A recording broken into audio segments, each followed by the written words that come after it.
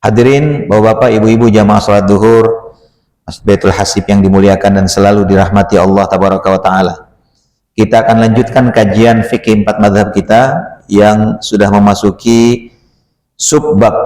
Babnya bab salat, subbabnya tentang al-makruhat fis shalah, hal-hal yang makruh di dalam salat. Pada pertemuan yang lalu kita sudah menyampaikan beberapa poin dari 39 poin hal-hal yang makruh di dalam sholat yang sudah kita gabungkan dari 4 mazhab Ahlussunnah wal Jamaah, mazhab Hanafi, Maliki, Syafi'i dan Hanbali. Kita sudah menyebutkan 9 di antaranya. Masih ada 30 lagi yang akan kita sebutkan.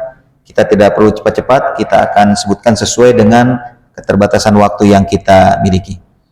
Bismillahirrahmanirrahim. Kita ulang kembali.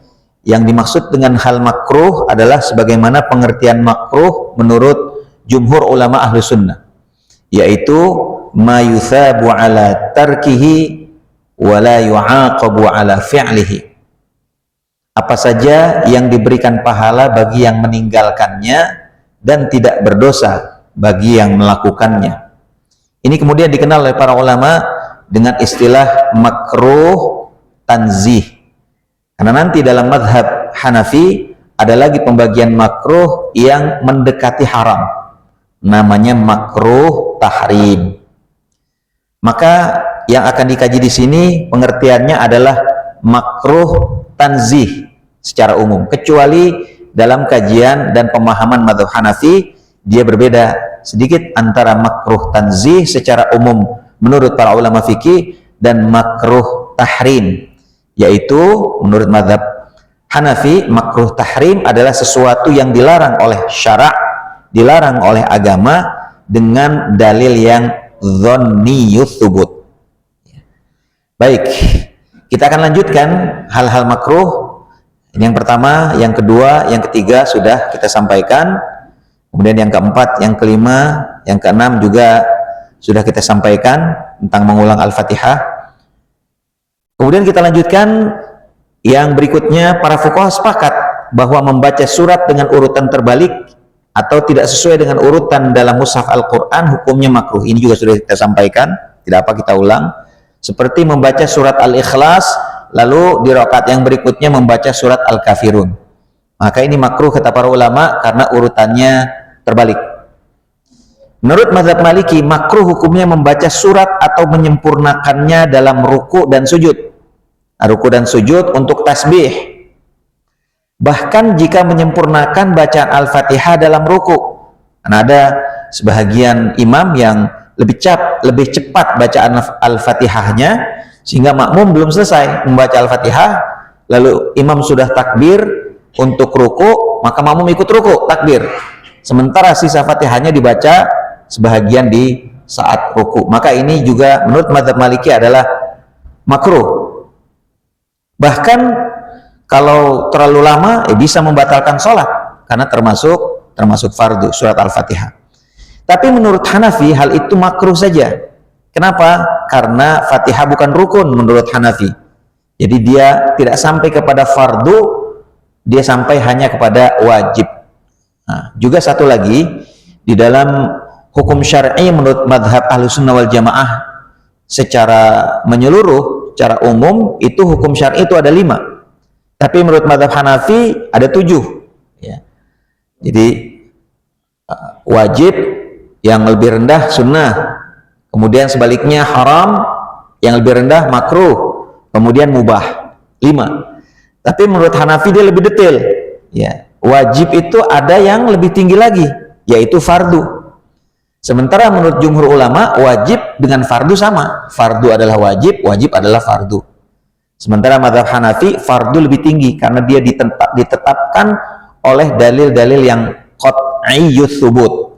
Seperti Al-Quranul Karim, seperti hadis-hadis mutawatir yang qat'i secara silsilah atau sumbernya. Sumber yang bisa dipercaya yaitu Al-Quranul Karim yang tidak ada pertentangan di dalamnya, dan juga hadis-hadis yang mutawatir.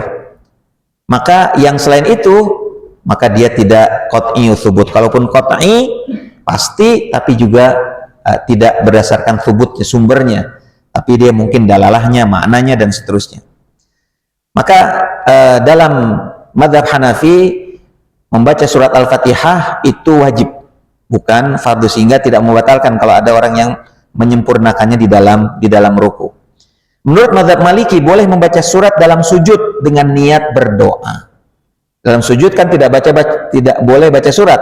Tapi kalau baca surat yang isinya doa, tapi niatnya doa, bukan baca ayat dalam Al-Quran, niatnya doa, ya seperti Rabbana atina fid dunya hasanah dalam Al-Quran, Rabbana hablana min azwajina wa dzurriyyatina, ada dalam Al-Quran.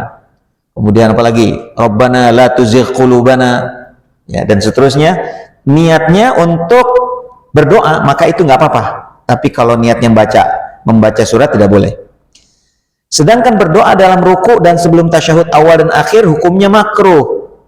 Ya, artinya berdoa dalam ruku sebelum tasyahud awal maupun tasyahud akhir itu makruh menurut Maliki.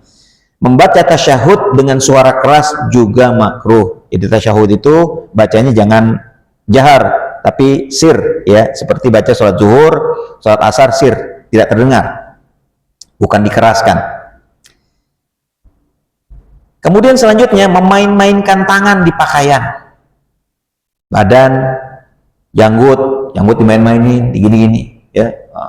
Kemudian entah apalah dirapi-rapikan begitu. Nah, ini makruh.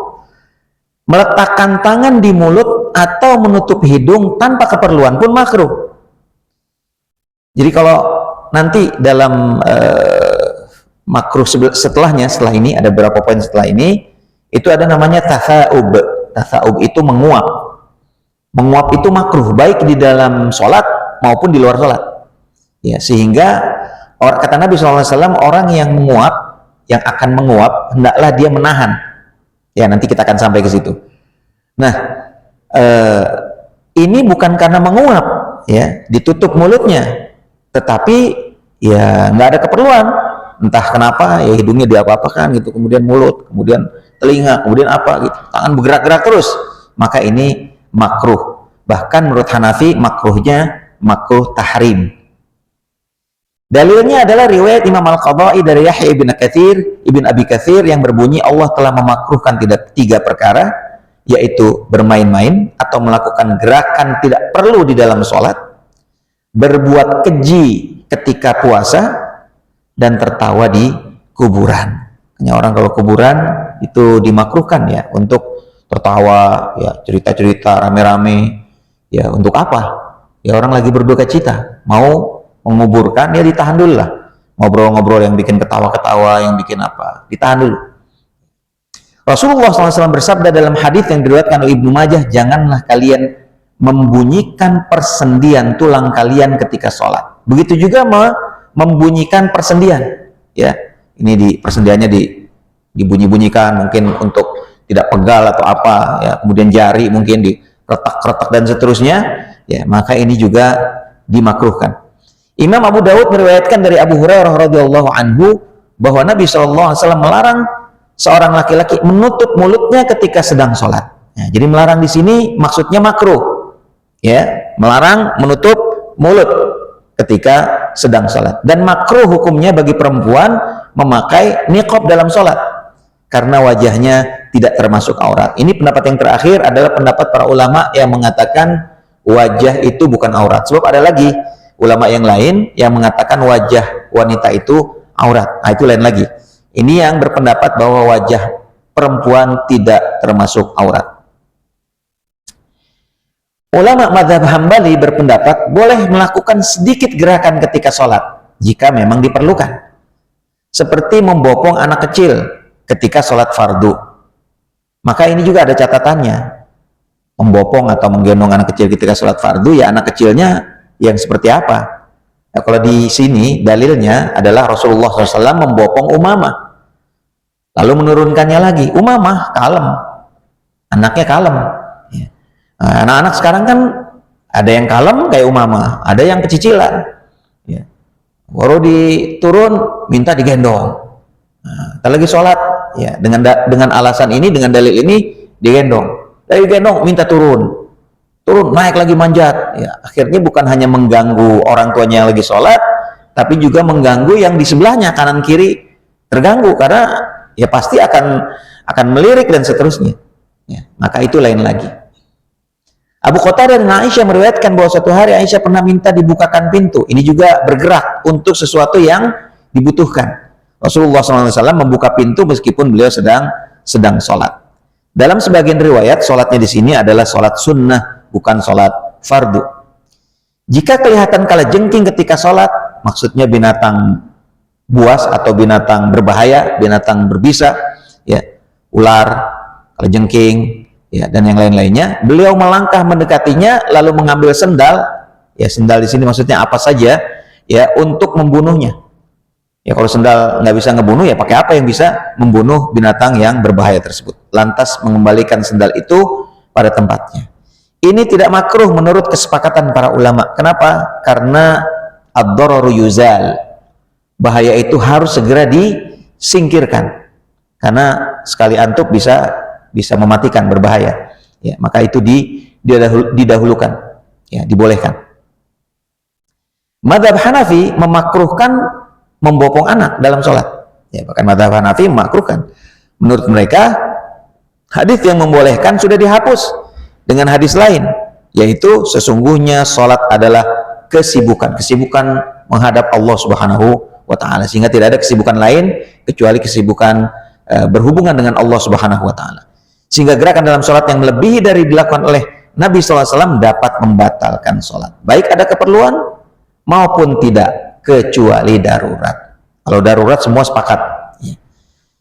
Membunuh kutu atau binatang sejenisnya dalam sholat menurut mazhab Maliki hukumnya makruh. Kenapa? Darahnya itu, ya, jadi darah binatang najis.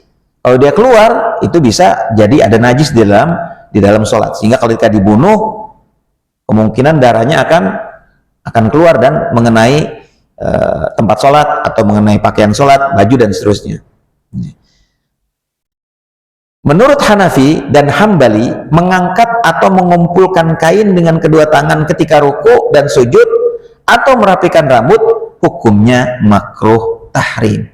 Ya, biarkan saja, tidak perlu dirapi-rapikan. Kalau khususnya rambut dalam mazhab Hanafi itu bisa membatalkan kalau tidak kalau menghalangi dahi dari tempat sujud. Ya, dalam mazhab Hanafi, sehingga hendaknya dirapikan, ya, tapi rapikannya bukan dengan ngumpul pakai tangan, dikumpulkan apa begitu, sehingga menyibukkan, seperti menyibukkan orang yang sholat dari sholatnya itu sendiri, sehingga pecinya pun bagusnya disesuaikan, ya. Bahkan di negara-negara yang menganut madhab Hanafi, ya, seperti India, Pakistan, Bangladesh, ya, IPB itu ada peci khusus dia. Jadi pecinya bolong di tengah gitu ya. Jadi supaya rambut tetap keangkat, dahi bisa kena tempat sujud. Ya. Sama seperti makruhnya mengusap debu yang menempel di dahi sebelum selesai sholat. Ya, mungkin di zaman dulu sholat, ya, langsung tidak bersih seperti sekarang, ya, langsung ke tanah, ke pasir, maka kadang-kadang mungkin mengganggu. Ada debu yang nempel sebelum selesai sholat, maka ini pun makruh untuk dilap gitu ya. Nanti kalau udah selesai baru bisa dilap, diusap, ya. Kemudian yang berikutnya, merangkapkan jari-jari tangan, membunyikan persendian tulang, tadi dalilnya sudah, ya, dan bertolak pinggang ketika sholat, ya. Ini makruhnya makruh tahrim. Kenapa? Karena jangankan di dalam sholat, di luar sholat pun makruh tanzih, makruh juga bertolak pinggang di luar sholat. Memejamkan kedua mata, ya, matanya dipejam ketika sholat, ya, ditutup, bahasa kitanya merem, ya, hukumnya makruh tanzih. Ini sepakat para ulama, ya, kecuali jika khawatir pandangan matanya tertuju pada sesuatu yang mengganggu kekhusyuan. Umpama kalau dia sholat berjamaah, umpamanya, ya, ketika dia sholat ternyata di depan itu ada pandangan yang bisa mengganggu kekhusyuan, ya, umpamanya di depan ada orang pakai baju kaos, ya, sholat, tulisannya kecap nomor 1 di dunia. Wah, ntar dia mikir ini nomor 2-nya siapa nih, dan segala macam ya. Maka merem itu dikecualikan. Ya, tapi kalau tidak ada apa-apa, memejamkan mata itu hukumnya makruh. Kemudian menolehkan wajah dan leher ketika sholat makruh tanzih menurut Hanafi. Sedangkan ngelirik, ya, ngelirik ke kanan, kalau menoleh kan ikut nih, ya, menoleh. Kalau lirik enggak, tetap, tapi sudut matanya ke kanan atau ke kiri. Tanpa menggerakkan leher hukumnya makruh. Menurut ulama Maliki berpendapat menoleh dalam sholat tanpa ada keperluan penting, meski seluruh badannya juga menoleh, selama kedua kakinya masih menghadap kiblat, makruh. Ya. Jadi kaki ini yang penting terus menghadap kiblat. Nggak boleh kaki ini tidak menghadap kiblat. Menurut Maliki begitu. Jika tidak, maka sholatnya batal. Jadi kalau menoleh itu makruh saja menurut Maliki. Tapi kalau sampai menoleh kepala, kaki ini ikut juga bergeser, ya, dari mengarah ke kiblat, itu bisa batal. Jadi standar tidak menoleh itu dalam mazhab Maliki adalah kaki. Jadi kaki ini harus terus menghadap kiblat. Ya, dia tidak boleh menyimpang ke kanan atau ke kiri, karena itu bisa membatalkan sholat. Ulama Syafi'iyah berkata, memalingkan wajah hukumnya makruh. Jadi memalingkan itu nggak apa-apa menurut yang lain, tapi menurut Syafi'i makruh, ya, kecuali ada keperluan. Tetapi jika dadanya sampai berpaling dari kiblat, maka sholatnya batal, bukan makruh lagi. Jadi memalingkan ini, ya, menurut Syafi'i makruh. Wah, ada apa itu? Sempat paling itu makruh, tidak membatalkan. Tapi kalau sampai dadanya, ya, ikut juga, maka itu jadi batal. Jadi dalam madhab Maliki dan juga Hanafi, itu kaki yang jadi standar, kakinya yang menghadap kiblat. Bergeser dia batal. Tapi dalam madhab Syafi'i dan juga dalam madhab Hambali, dada, ya, kakinya mau begini kanan kiri, tapi dadanya tetap, dia nggak apa-apa.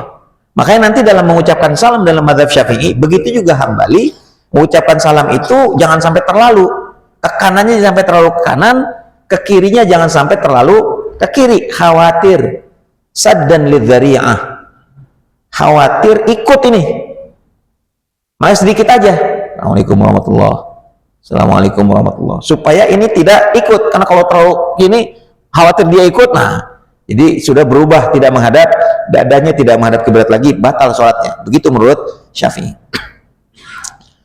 Menurut mazhab Hambali, menoleh tanpa keperluan di dalam sholat meskipun sedikit hukumnya makruh, sama, dan bisa membatalkan sholat jika sampai badannya berpaling. Ya, badannya berpaling itu sama seperti Syafi'i, maksudnya dadanya ini, ya, bergerak dari ke kanan atau ke kiri dari menghadap kiblat seperti sebelumnya. Ya. Selama tidak di depan Ka'bah. Kalau ada catatan dalam Hambali, selama tidak sedang di depan Ka'bah. Kalau sedang di depan Ka'bah meskipun agak begini sedikit, itu nggak jadi masalah menurut Hambali. Kenapa? Karena di depan Ka'bah, masih dalam mengarah Ka'bah, mengarah kiblat. Atau dalam keadaan takut, ya, takut perang, takut musuh, takut sesuatu yang membahayakan, maka itu tidak, menurut Hambali, tidak membatalkan.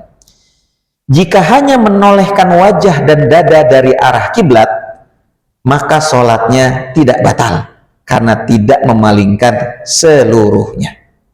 Ada perbedaan sedikit, namun intinya standar menghadap kiblatnya itu dalam mazhab Syafi'i dan Hambali adalah dada.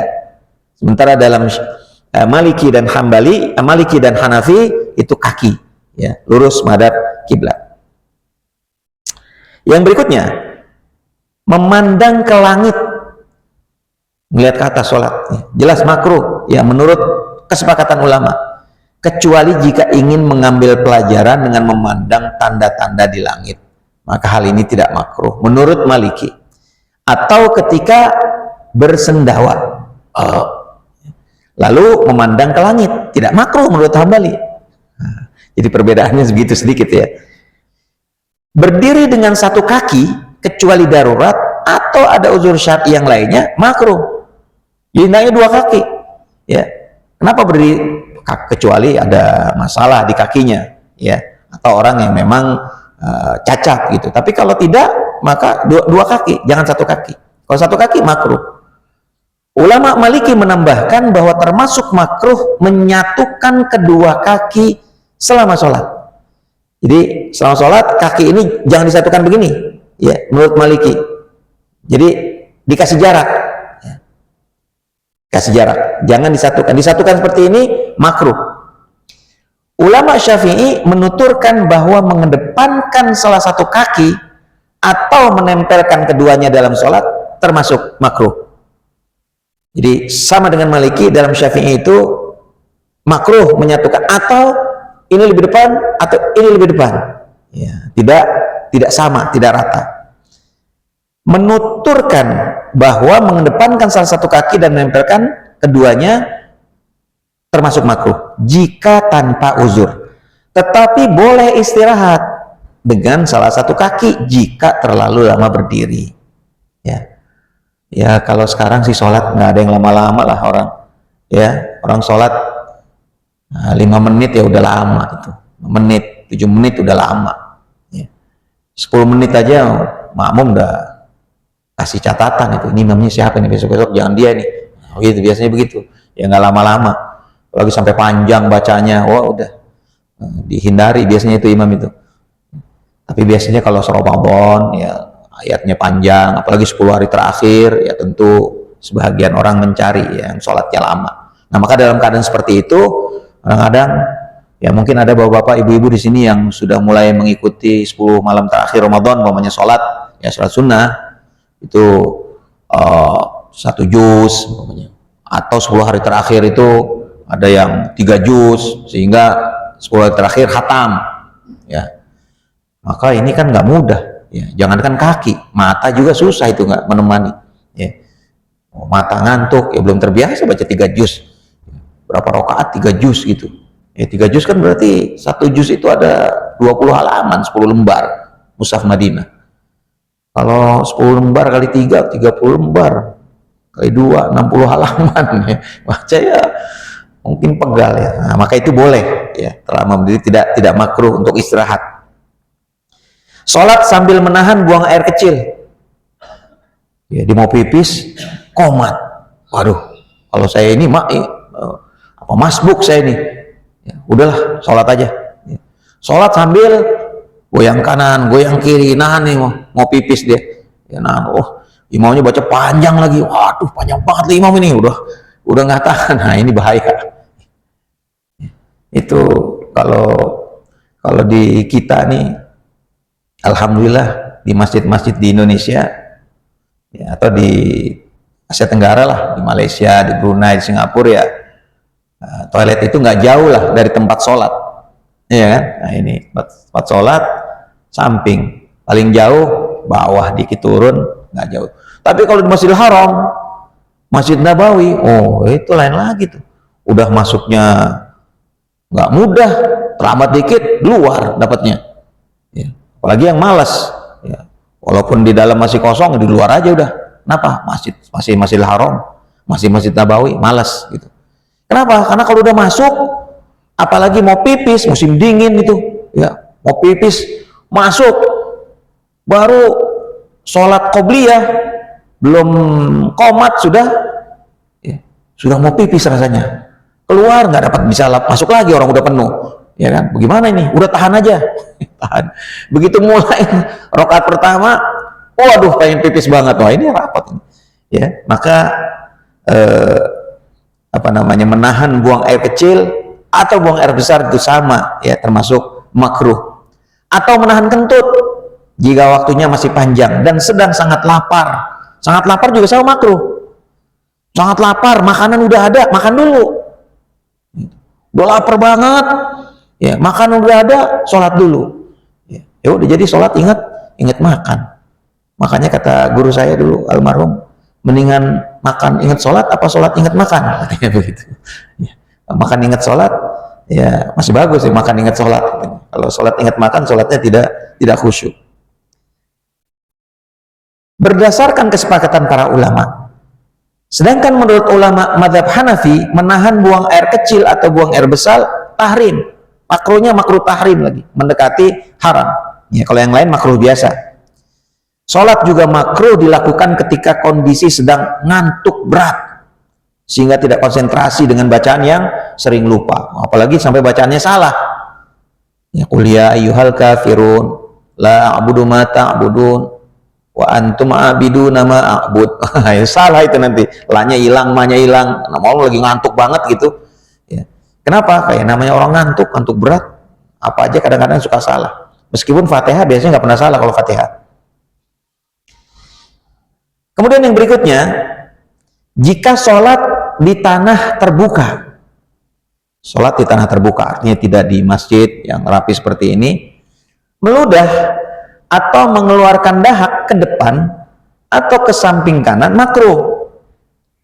Kan kalau di dalam ya nggak boleh ya meludah, tapi kalau di luar itu boleh meludah. Ya, kalau ingin meludah itu boleh, tapi kalau meludahnya ke depan atau ke kanan hukumnya makruh, karena sunnahnya meludah itu ke kiri, bukan ke depan, bukan ke kanan. Hukum ini juga berlaku di luar sholat, karena dalam konteks di luar sholat, hadis ini yang disebutkan Rasulullah SAW dalam konteks di luar sholat, apalagi di dalam sholat. Kemudian yang berikutnya, menurut mazhab Maliki, memikirkan urusan dunia atau menyimpan sesuatu di mulut yang tidak menghalangi makharijul huruf hukumnya makruh. Ya. Jadi sholat itu jangan memikirkan urusan dunia. Ya, ketika sholat mulai urusan dunia masuk, itu menurut mazhab Maliki sudah makruh. Atau menyimpan sesuatu di mulut yang tidak menghalangi, apalagi menghalangi. Ya mungkin makan permen atau minum atau apa gitu, sehingga tidak menghalangi makharijul huruf, masih bisa huruf sa, huruf ba, huruf masih bisa, itu makruh. Apalagi sampai salah, ya, bot jadi dal, sin jadi sod, ya, shin jadi sin, ya, sa jadi sa. Nah, ini kan namanya merubah, ya, begitu. Maka ini dimakruhkan.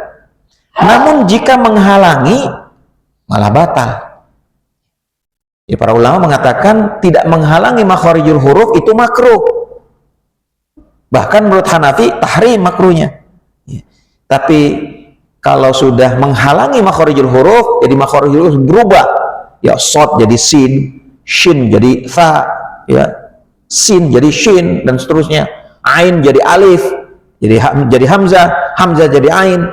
Maka ini batal sholatnya. Makruh juga membaca tahmid ketika bersin.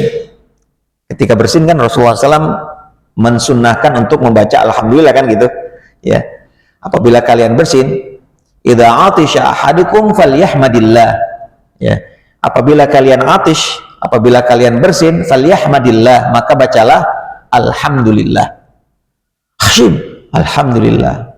Saudaranya yang mendengar mendoakan, membaca yarhamukallah, begitu kan? Yang didoakan balas lagi doa, yahdikumullah wa yuslihu balakum. Sampai di situ. Maka ketika sholat, Hashim, alhamdulillah, makruh lagi sholat, ya.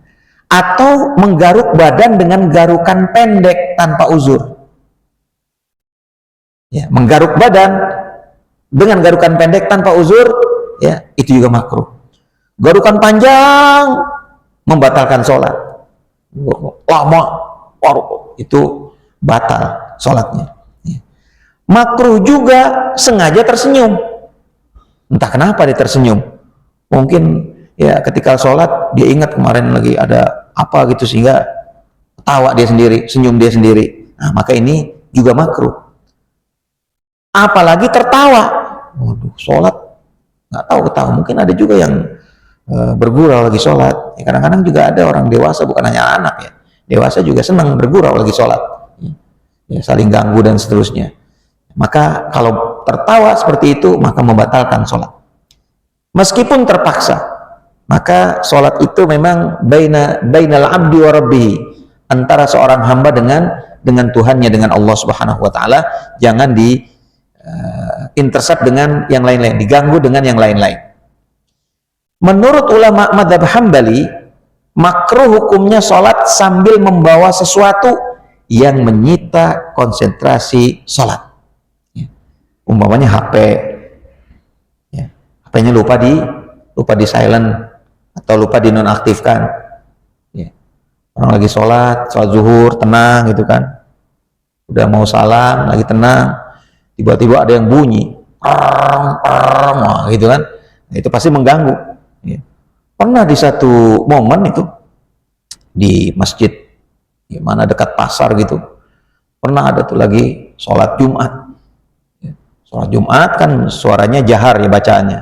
Nah, ketika mau salam itu tahiyat akhir, ya itu kan tenang tuh, tenang. Tiba-tiba ada yang bunyi handphone, nggak tahu siapa itu. Lagu, aja skol, wah, teroret, waduh, udah orang ada yang ketawa, ada yang senyum, la ilaha illallah ya. Nah, itu ya, mungkin bagus juga ya settingan lagunya, kalaupun apa ada bunyi ya yang aman lah ya. Ya kalaupun lupa mematikan, ngeburu-buru, takut masbuk gitu kan, lupa mematikan sehingga nggak mengganggu yang lain lah, ya tenang gitu. Bahkan kalau bisa sih di nonaktifkan dulu lah supaya menghindar gitu. Menurut Hambali makruh hukumnya sholat sambil membawa sesuatu yang menyita konsentrasi sholat, termasuk juga pakaian. Ya, berpakaian yang wajar untuk sholat. Karena orang Indonesia ya, kalau yang lain mungkin nggak terlalu, tapi ya sebagian sama juga sih. Orang Indonesia ini kan pakaian itu sangat menyita perhatian, ya, menyita perhatian. Ya. Orang sholat, tiba-tiba di daerahnya itu biasa sholat pakai sarung.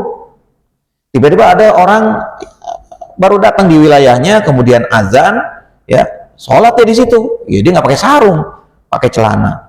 Oh, itu dari masuk sampai sholat dilihatin aja, dilihatin kayak orang dicurigai, gara-gara pakai celana nggak pakai sarung. Nah itu. Di tempat yang biasa pakai celana, pakai sarung, dilihatin juga. Ini orang pakai sarung ngapain? Pakai sarung. Ya. Kenapa? Karena berpakaian itu menyita perhatian. Apalagi pakaian yang benar-benar setiap orang pasti ngeliatin. Pakai pakaian yang terlalu merah, pakai yang terlalu, wah ini jadi itu siapa tuh, orang diliatin aja sampai sholat masih aja diliatin.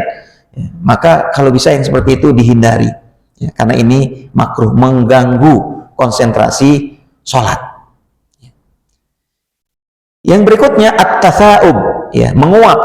Ya, tadi sudah kita singgung sedikit, di dalam sholat juga makruh, karena di luar juga sama. Kata Nabi SAW, idza tatha'aba ahadukum falyamna'hu. Apabila kalian menguap, hendaklah kalian tahan. Nah, itu. Jadi sunnahnya menurut Nabi ini di luar sholat. Kalau kita mau tatha'ub, mau menguap, itu ditahan. Kenapa? Dalam hadis itu disebutkan fa innahu minasyaiton. Karena tatha'ub itu dari bisikan setan, dari setan. Makanya ditahan. Dalam hadis yang lain ada tambahannya. Apabila kalian tatha'ub, menguap, hendaklah ditahan. Tapi kalau tidak bisa ditahan, falyadha' yadahu 'ala fihi. Hendaklah mulutnya ditutup dengan tangannya. Ditahan nggak bisa juga, maka tutup. Ditahan itu termasuk suaranya, bukan hanya mulutnya, tapi juga suaranya. Karena kalau menguap kan bukan hanya mulutnya, tapi juga wah begitu. Nah, itu masih santai, itu ada yang wah heboh banget gitu kan. Maka nggak bisa nih, ditahan dulu, falyamna'hu, sedapat mungkin ditahan. Ya. Tapi kalau udah nggak bisa juga, udah ngantuk, udah menguapnya luar biasa, maka ia menguap, suaranya ditahan, ya mulutnya ditutup. Nah begitu. Falyadha' yadahu 'ala fihi. Jika hendak menguap, hendaknya ditahan sekuat mungkin. Kalau menguap, karena menguap itu timbul dari setan, sesuai dengan hadis Nabi SAW. Ini di luar sholat, apalagi di dalam sholat.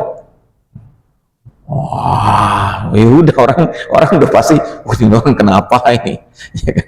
Jadi ditahan itu falyamnahu, maksudnya sedapat mungkin ditahan oleh kita. Ya. Ya, baik. Sementara ini dulu, ya, waktu sudah menunjukkan jam 1:05.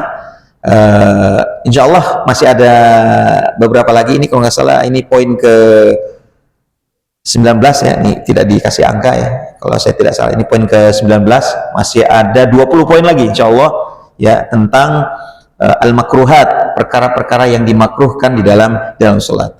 Mudah-mudahan Allah Subhanahu wa taala memberikan kita kekuatan iman, memberikan kita kelancaran dan kemudahan untuk bisa menghindarkan salat kita dari hal-hal yang makruh ini. Ya, kita memang secara umum dari dulu diajarkan makruh itu seperti pengertian ulama, jumhur ulama, ya, yaitu dilaksanakan tidak berdosa, ditinggalkan berpahala. Nah, jadi kalaupun dilaksanakan, nggak dosa ini, nah gitu, biasanya kita, sehingga tidak konsentrasi pada kesempatan mendapatkan pahala ajar. Kalau ditinggalkan kan gitu, kalau ditinggalkan pahalanya ada, sudah menunggu. Kalau dilaksanakan memang tidak berdosa, makruh tanzih, ya.